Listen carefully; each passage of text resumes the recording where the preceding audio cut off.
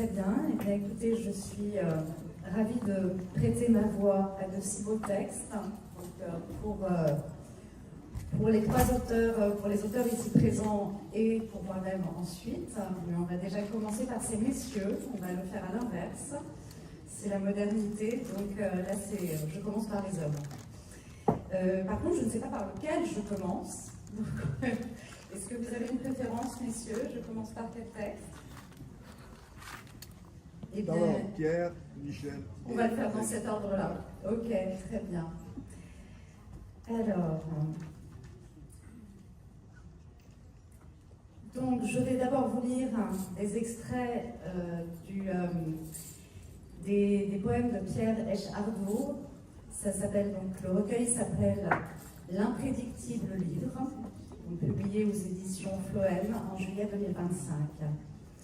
Donc, Pierre Esch-Ardour, qui vit à 7, nous propose un recueil réunissant trois livrets titrés Polyphonique offrande, L'imprédictible livre et Monade originelle. Polyphonique offrande est un chant plénier à 6 voix qui soulève le leitmotiv originel où naît le berceau de l'histoire humaine. Et le berceau vient de tomber. L'imprédictible livre est une quête ultime de l'arbre à lettres pour que germe l'inouïe prière de survivre quand le seul monde, le seul vivant qui demeure est le livre. Somme des songes du livre, des écritures et des âges, clos suspendu au souffle, le livre dernier des questions, titré Monade originelle. Premier et dernier mot du recueil, Bereshit, nous invite à la vie. Le recueil est en vente à la table des éditions Le Vent et vous sera dédicacé par Pierre, évidemment. Mais avant ça, je vous en lis quelques extraits.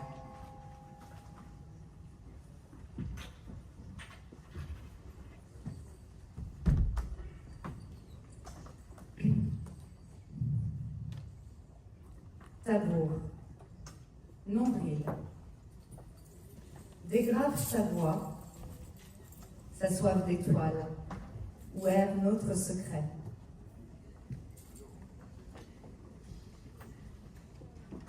Tabour, sur les cendres du silence, nous abreuve le rêve. PLP, bouche à bouche, pour une nuit de plus et toute la lumière loin de ton visage.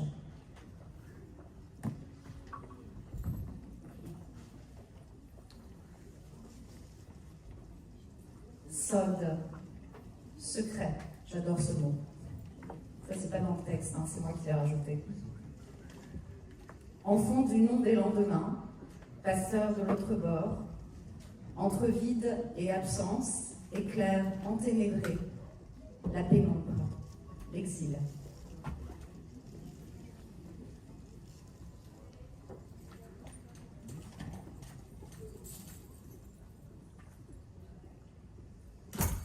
Sode,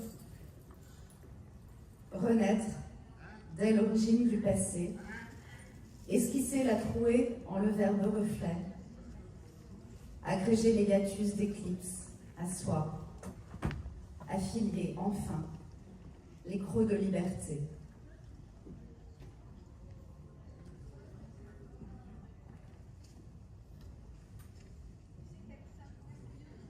Bettora, en elle, dans la réminiscence, à la dénudée clarté, à l'ardente mer, à la terre brûlée, de la veine du silence à mes lèvres suprêmes, envahit l'oubli au galop, le ciel. Bereshit, au commencement de mon désert au vide, ouverte au soleil,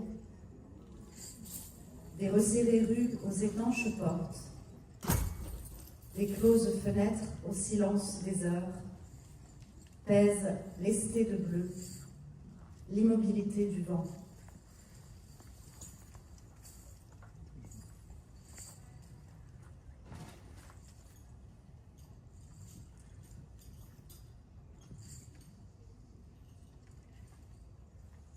Première partie. Serons-nous en le livre? À l'ombre de nos mots, te nomme ta voix. S'étend à la commissure de tes lèvres, la chair d'une parole arrivée par ta grâce. Vocable pénétré de ciel, fébrile souffle aux vitales résonances. Près de toi, s'accorde au vide mon premier appel. Dès la lumière d'absence, m'apaise l'encre de ton silence. En chaque orale syllabe. Aux sémiotiques sources s'exilent nos âmes. En l'effeuillement du livre à écrire, en connaissons-nous l'histoire et ses personnages? Les nuits et les matins, où nous égarerons l'un semblable à l'autre, d'arbre en arbre.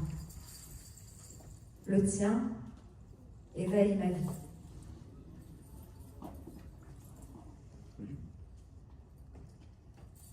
Trace l'encre, la voix, du lent épanouissement des phrases prononcées.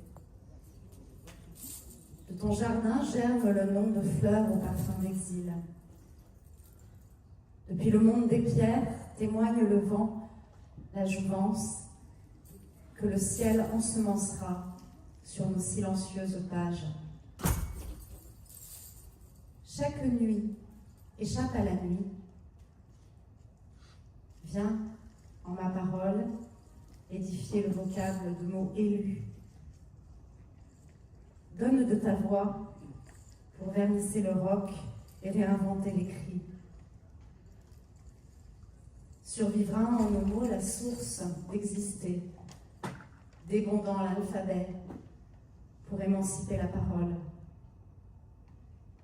Dans l'inflorescence d'épis m'échappe solaire ce mot, témoin des grains de ciel. Vers toi saura-t-il trouver la nourrice de son lait? Patience, blanche. Les pages quêtent l'encre désaltérante.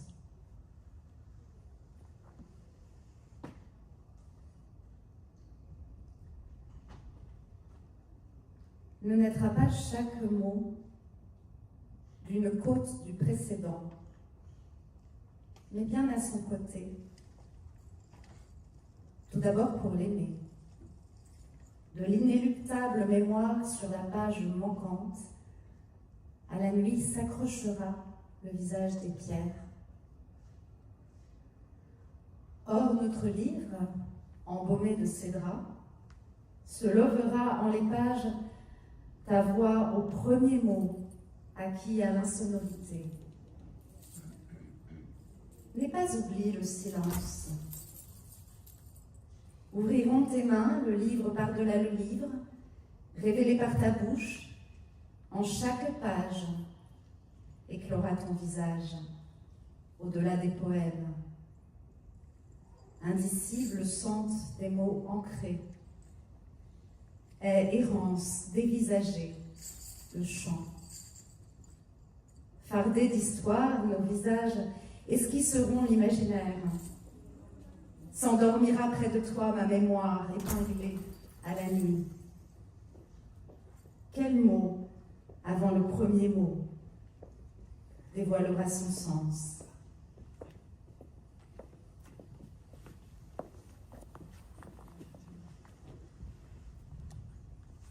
De tes mains cueillies, chaque lettre composera un murmure de paroles identifiées à la vie. Se parleront à eux-mêmes les mots pour lui, qui saura les discerner, réparer. Verticale rédemption où s'endort en le mot l'écho de l'émoi noué, embelli, nous redresse. la poésie des vents, pour suspendre nue la sève du temps vécu. Ne ferme pas le livre, d'où s'échappent des pages. La sente du désert et d'exil, sur l'inconnu visage d'une page, se révèle l'inépuisable liminaire, l'incessant questionnement. Dans les gras de nos mots, subsiste, fragile, au firmament de notre souffle, l'arôme épicé de l'exquise ville de lumière. Du cœur de chaque pierre issue de nos poitrines, attachés, nous survivrons l'un à l'autre pour briser l'éclair. Au livre de nos langues, aucune ne sera en l'ombre de l'autre.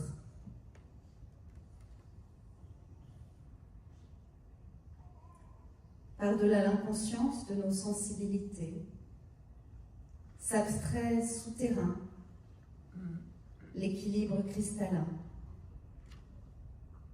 disperse sans attention de béatille la vacuité, notre pleine probité lovée en l'espace-temps. Pour discerner avec ses liens d'enfance la parole, le soleil d'amour maternel, la terre. Décris-moi avec la poussière de tes mots, ta montagne d'or et les lèvres de Jérusalem.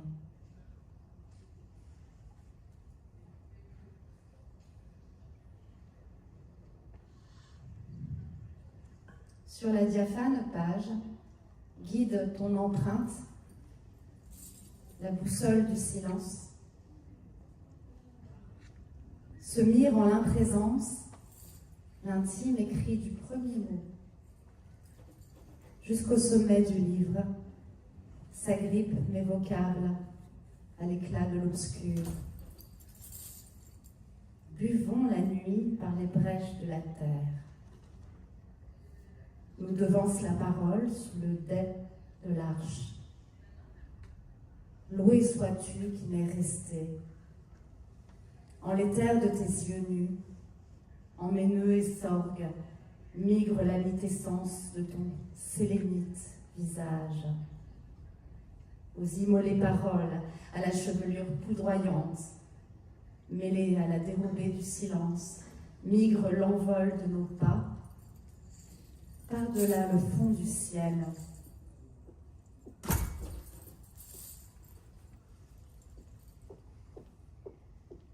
Et un dernier, de Pierre. Oh, mon amour, aux mains empreintes d'écrit, entrelaçons nos pas et dansons. C'est pour danser? C'est pour ça? Tu voulais vraiment qu'on danse? Bon, je reprends. Oh mon amour, aux mains empreintes d'écrit, entrelaçons nos pas et dansons. Un et l'autre sur la blanche page, jusqu'à l'avènement du lendemain, quand s'engageront Aleph et Yod. De la terre promise où bourgeonne la lumière à l'alchimie de tes yeux, ancrée au vent, attouche nos bouches suspendues à l'air, la contrée de félicité. Oh, mon amour, parle-moi de la césure des heures et de l'ombre vivante de l'énigme.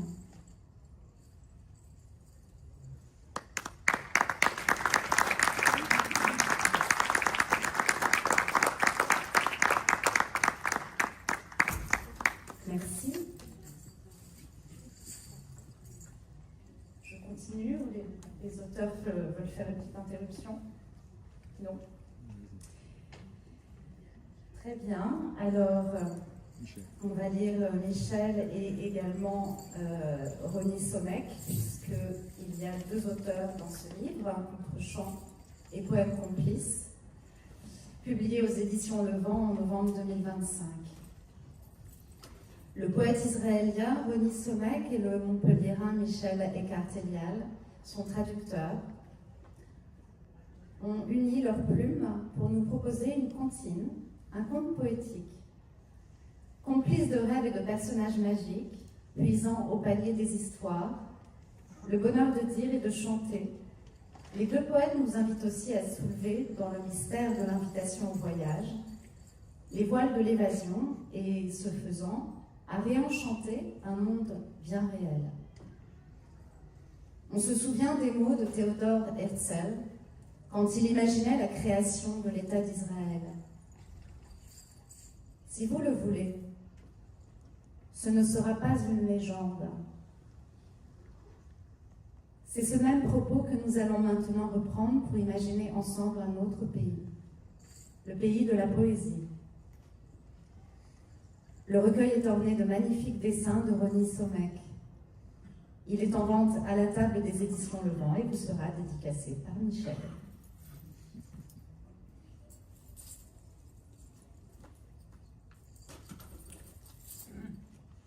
Alors, on commence par les poèmes de Ronnie Sommeck.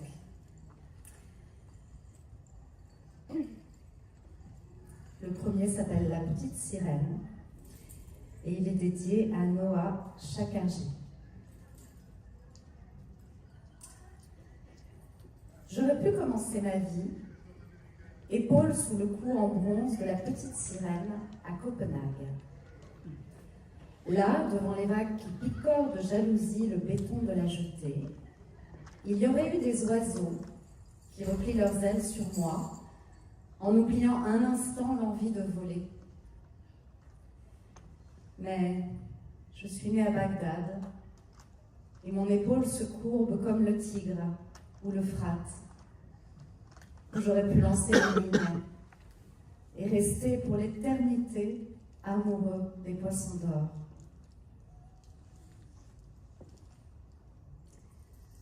Le Petit Prince, pour Guidon Tykocki. Si l'avion d'Antoine de Saint-Exupéry ne s'était pas écrasé, peut-être que le Petit Prince aurait eu un frère, qui aurait ôté tout plaisir pour la rose. Il aurait empoisonné les pluies et appris au renard que c'est juste là qu'il faut boire. Viens, aurait-il dit à son frère aîné, en l'invitant à allumer une cigarette avec la lave du volcan et prendre à la place donc, de l'allumeur de réverbère qui ne revient jamais à la maison dans le lit de sa femme. Nous achèterons du Beaujolais nouveau pour que l'ivrogne de l'autre planète ne cesse de s'enivrer que de méchants cognac. Cesse de rêver, comme toutes les filles de 16 ans rêvent que tu sois leur unique roi.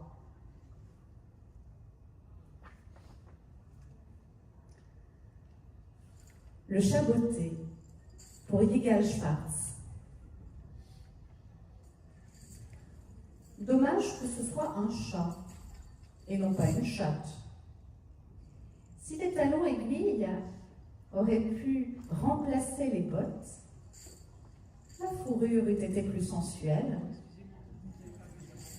Comment dès lors ne pas greffer sur ce poème au moins un vers de plus sur le désir? Gulliver, pour David F. On dit que Gulliver, pour éteindre l'incendie dans la microscopique suite de Sa Majesté la Reine, avait ingurgité tout le vin que pouvait contenir son corps. Il commença par se remplir la gorge jusqu'à tordre ses entrailles, et de là, il libéra sa vessie pleine. Cette histoire est peut-être une métaphore de la poésie, Les raisins transpirent avant d'être plaisir de la bouche et finir en tuyau de pantalon pour éteindre le feu. Je ne suis pas le premier à écrire sur le sujet, ni apparemment le dernier qui décrit l'étonnement de femmes voyant pour la première fois un petit poème se transformer en villanelle.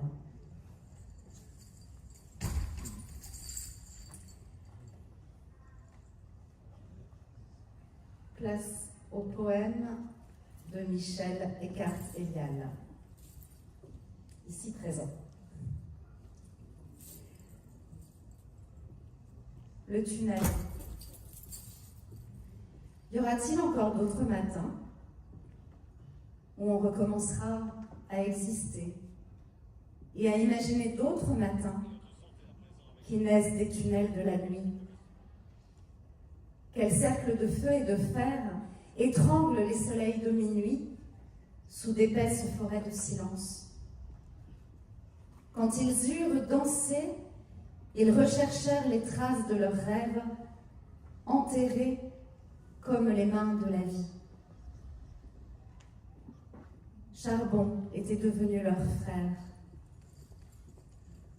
Comment commencer une nouvelle danse sans leurs mains et leurs jambes brûlées? Ils n'arrivèrent jamais à la maison, dont les murs devenus cercueils de pierre, devant le cri du matin et la lumière des ténèbres.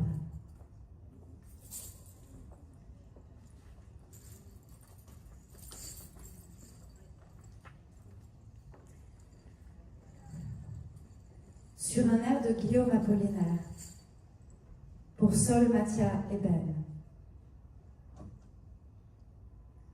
Du vaste océan qui me traverse, je vais à l'étroit chemin, des vents et des marées. Pont levé et pont jeté entre deux mondes. Pour célébrer sous les arches de la joie la grâce accordée aux passeurs et aux pêcheurs de lune,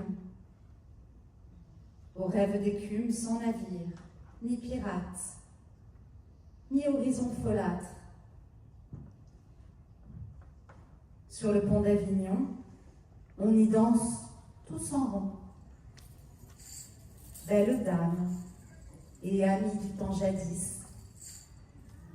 C'est le diable qui fait tourner la roue de la fortune. Enjamber chaque jour comme une victoire sur l'aiguille du temps nous empêche de rêver. Au-dessus du champ des ondines, à l'abondante source de l'eau et de l'air. Comme naguère, sous le pont Mirabeau, coule toujours la poésie de Guillaume Apollinaire.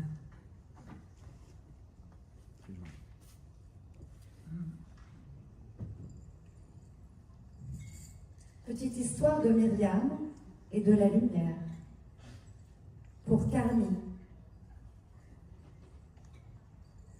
Ces sculptures d'océans éclatés entre nos vagues d'exil. Ainsi Myriam abreuvait le désert de nos bouches.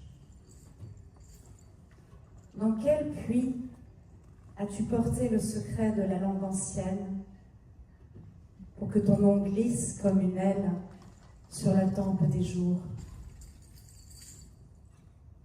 Tu étais la sœur de l'eau et de la terre, qui, dans mon ciel fracassé, a réparé la lumière.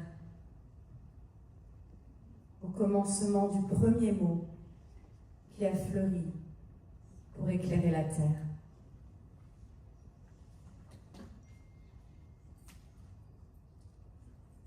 Robinson et l'arbre de Caïn. Pour Nov et Ataï. L'île de Robinson n'est pas le pont étroit du bout du monde, où la race des hommes sauvé d'un naufrage de cristal, vit dans une autre langue. L'exil inséparable de l'espoir.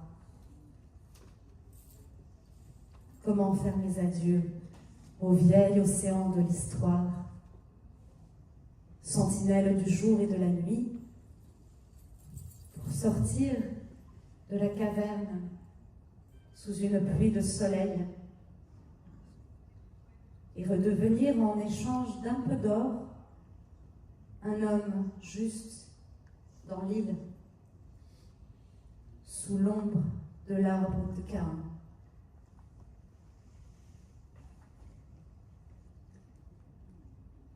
Et un dernier texte de Michel.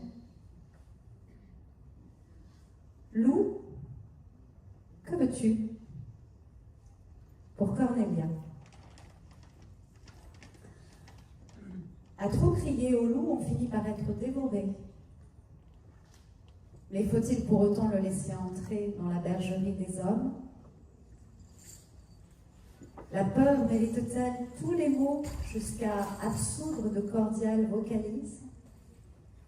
Que ce soit pour une grand-mère esselée ou un timide Valentin, la plus jolie fille au monde est prête à savourer de factices paroles, cueillies comme on colle des herbes sauvages dans un cahier d'écolière. La voilà bergère de papillons et d'âme en peine, avec son blanc panier et sa rouge capeline, qui s'arrête à écouter un loup pour en faire son complice. Mais notre solitaire, sorti d'un bois, sait bien vaincre les défis des chevillettes. Tire la chevillette et la bobinette, cher rat. Charles Perrault eût-il été plus sage de prévenir que même dans les contes, la bobine de l'histoire ne se déroule jamais comme la fin heureuse d'une histoire. Et que si les loups abondent de malice, ce ne sont pas les fleurs qu'ils cueillent pour couronner des têtes de jeunes filles qui ramènent la paix au village.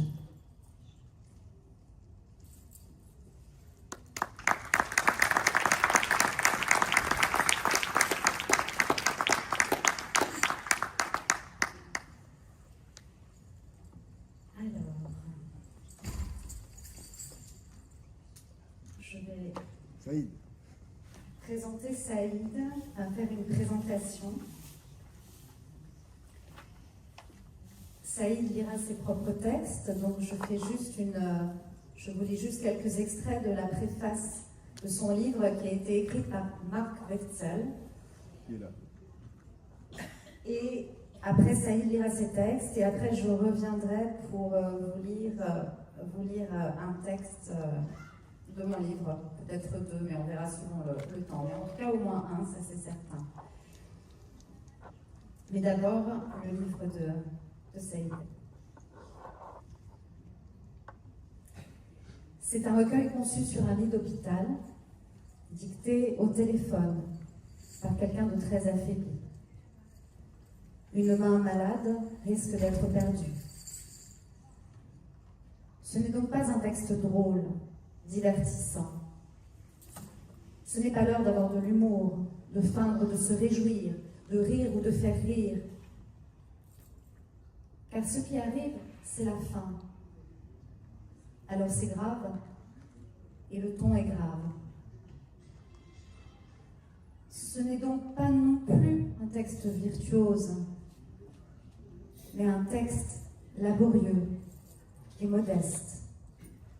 Car survivre est un travail, et cette survie s'obtient de justesse. Et enfin, ce n'est pas un texte achevé, définitif. C'est le contraire d'un testament. Parce que dans un testament, il n'y a pas de point de suspension, et il n'y a pas d'image. Là, il y en a. Le texte hésite sans cesse, Et des calligraphies s'offrent comme des appuis, des haltes, des sortes de garde-à-vous rassurants pour une pensée dont les mots, eux, courent dans tous les sens et risquent de s'égarer et de tout perdre. C'est donc un livre tragique. Le corps lâche prise, il ne peut plus assurer. La machine à vivre se grippe et s'enraye. Et comme un corps est le seul moyen d'être au monde, quand le corps perd tous ses moyens, adieu le monde. Tragique, mais noble. Noble car le corps signale que chargé normalement de nous défendre de tout, il ne peut cette fois même plus se défendre de lui-même. Et voilà que Saïd Sayag, loin de lui en vouloir à ce corps, le comprend. Il comprend que son corps était resté dans l'ombre et que la maladie est justement le moment où le corps ne peut plus rester dans l'ombre. La structure anonyme se réveille, se dévoile, s'expose et la salle des machines ne peut plus être traitée en passager clandestin. L'écrivain calligraphe, noblement, sait qu'il devait tout à sa main et que sa main, elle, devait tout à son corps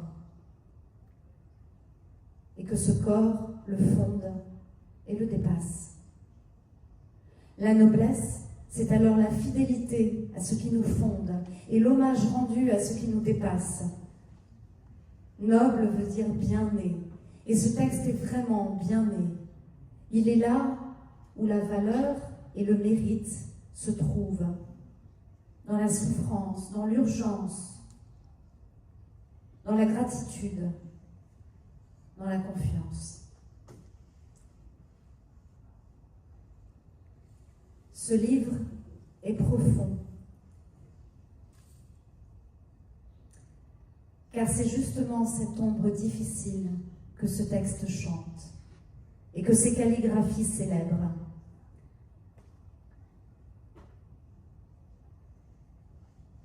C'est l'ombre de la vie, non celle de la mort, qui est tombée sur un corps et l'a illuminé.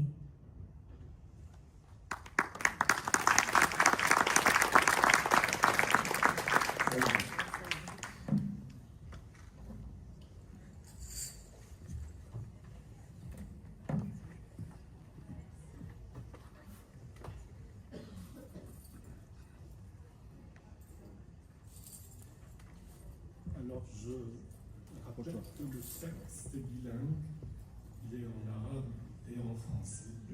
Plus près des micros.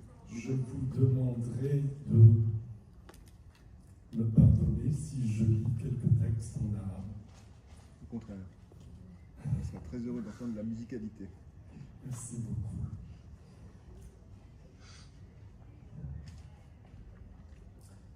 لا تذهب بعيدا أيها الظل ابقى وجها لوجه أمام النور كي تكتب اليد اليسرى ما لم يعد ممكنا لليد اليمنى أن تكتب. يمكنك أن تختفي قليلا ولكن ابقى حتى يمكن للضوء أن يبصر نفسه فيك. Ne t'éclipse pas l'ombre, reste face à la lumière pour que la main gauche écrive ce que la main droite ne peut plus écrire. Tu peux disparaître un peu, mais reste pour que la lumière se mire en toi.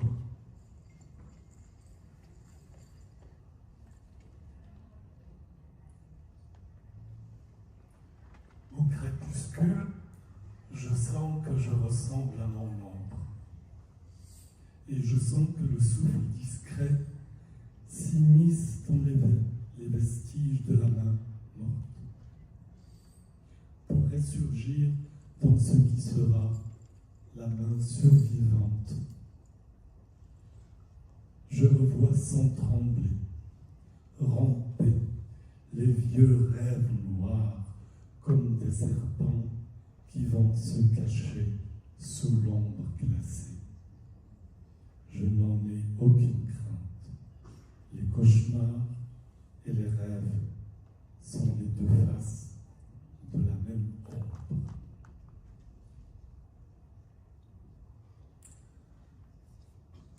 عند الغسق أشعر أنني أشبه ظلي وأشعر أن النفس المستتر يتسرب داخل بقايا اليد الميتة للبزوغ فيما سيكون اليد الباقية.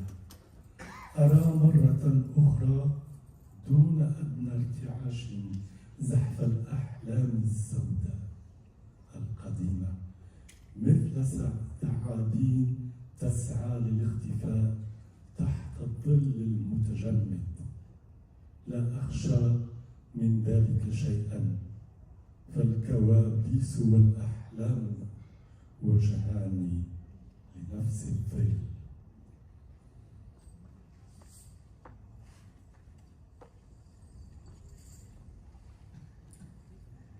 Le pied nomade quitte la terre et laisse ses racines se dessécher. Dorénavant, il est à la recherche de lui-même. Comme l'arbre, il cherchera de nouveau à refaire racine. Les souches mettent du temps à trouver leur place et pactiser avec la terre.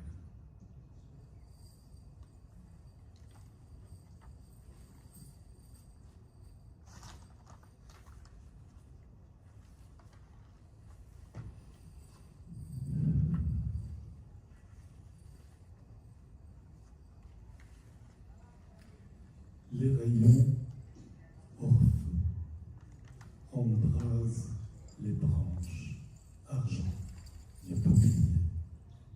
Le peuplier ondule sous le souffle du vent. Le pied tient solidement. Tous les pieds ne tiennent pas avec la même vigueur. Les orteils s'épuisent à se maintenir en équilibre, se craquellent et se laissent mourir. الأشعة الذهبية النارية تشعل فروع الحور الفضية. الحور يتموج تحت تأثير نسمات الريح، والقدم بقوة تتمسك بالأرض.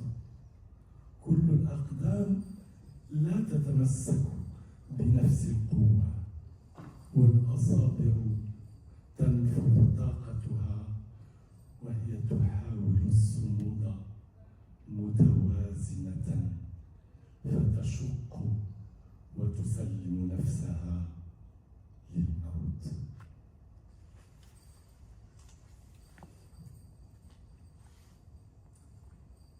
من نافذتي وحدها الشجرة ثابتة رغم أغصانها. ما أثقلني في فراشي ملقا كبساط أنظر دون البصر حين ذوب صوت الغراب الأسود وأيقظني جناحه فوق السقف منحا سبحه للنار.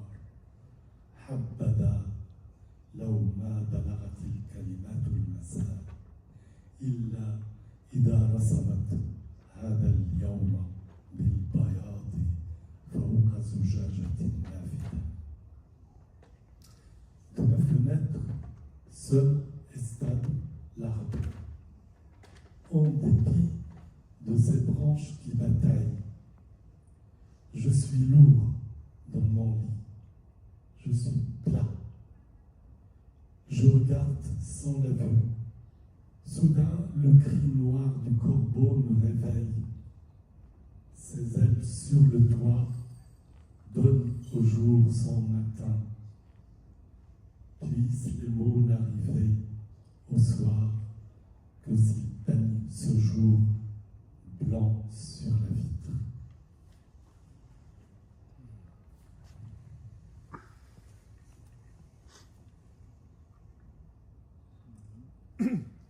أحي هو ذلك الطير الذي يقفز فوق غصني أهوى ورقة نسيها فصل الشتاء ورقة صفراء لا تتحرك ينزل الصقيع من السماء البيضاء ولا ريشة واحدة تتحرك تتمايل الشجرة لتزيح ما يزعجها والجسم الصغير الضعيف ثابت فوق الغصن المرتعش الصقيع الجامد يغطي الشجرة بسواد الليل والطير ورقة ميتة لا تغرد. Est-il vivant l'oiseau qui sur la branche ne sautille pas? Est-il feuille que l'hiver a oubliée, feuille pâle qui ne frémit plus? Le froid descend du ciel blanc, aucune plume ne bouge. L'arbre se balance pour se débarrasser de ce qui le gêne. Le petit corps fragile tient sur la tige qui s'agite. Le blanc froid enveloppe l'arbre de la noire nuit. L'oiseau est feuille morte qui ne chante plus. Merci.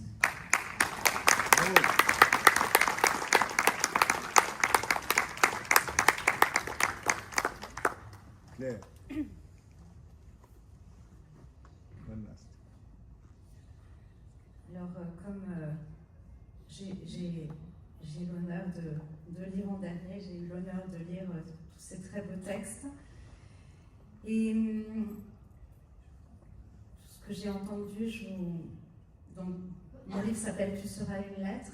Ça parle de mon apprentissage dans ce chemin alphabétique, dans ce magnifique alphabet hébreu où les lettres ne sont pas seulement un corps, mais aussi un esprit très puissant. Et donc, à travers ce livre, j'ai essayé d'évoquer à travers de la poésie, mais aussi des anecdotes, ce que chaque lettre pouvait m'évoquer. Et donc, qu'est-ce que les lettres nous évoquent? Et là, après ce qu'on vient de vivre, je vous lis deux choses. Quelque chose de très court, qui arrive au moment de la lettre Noun. C'est facile de parler et difficile de dire. Quand on parle, c'est simple, ça sort tout seul. On ne risque rien, on ne s'engage pas, on ne s'expose pas. On fait des sons. Mais dire, c'est plus que des sons. Dire, c'est du sens. Quand j'essaye de dire, c'est comme si mon cœur me sortait par la bouche et qu'il allait faire une grosse traînée rouge dans le cœur de l'autre.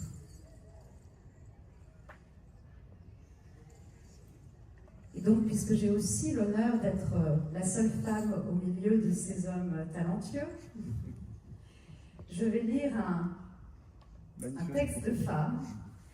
En fait, quand j'étais jeune et que j'ai découvert le poème de Rudyard Kipling, « Si tu seras un homme, mon fils », que beaucoup doivent connaître, je rêvais d'avoir le même en tant que femme.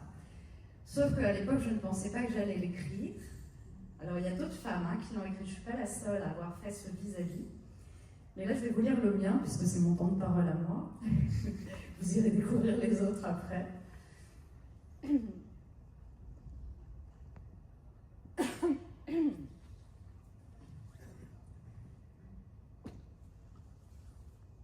Si tu peux voir l'amour dans l'ombre de la haine, caressée chaque jour d'une flamme sereine. Si tu peux ne jamais t'aveugler de colère et embrasser le mal au plus haut de l'hiver. Si tu peux faire ouvrage de toutes les chutes, être au cœur de tes fautes, aussi tendre que juste. Si des juges assoiffés, tu peux te défaire et garder ta confiance absolue et sincère. Si tu peux être fier de ton âme fragile, des blessures et chaos, de tes failles dociles, et apparaître nu au monde déguisé, avec force et sagesse, en pure vérité. Si tu peux être en joie, si tu peux rester vive, quand le cynisme luit, quand les rancœurs dérivent, si tu peux accueillir du plus simple sourire le monde tel qu'il est, de son meilleur au pire, si tu peux toujours sentir la grâce des êtres jusqu'aux plus basses vies où l'orgueil règne en maître, et rallumer la paix qui frémit sous les guerres, jusqu'au bout de tes nuits, jusqu'au fond du tonnerre. Si tu peux vivre la perte sans te perdre toi-même, rester seul, rester libre aux heures les plus blêmes. Si tu peux tout changer, sans avoir peur du vide, avancer dans ta vie, au-delà de ses brides. Si tu peux rêver loin, jusqu'à oser éclore, et de toute ta voix soulever les aurores. Si tu peux te donner à l'audace du ciel en ouvrant ton courage au berceau de tes ailes, alors ton étoile te dira qui tu es. Tu seras la clarté qui veillait en secret. Tu seras l'éternité qui brille. Tu seras une femme, ma fille. Bravo, bravo, Merci.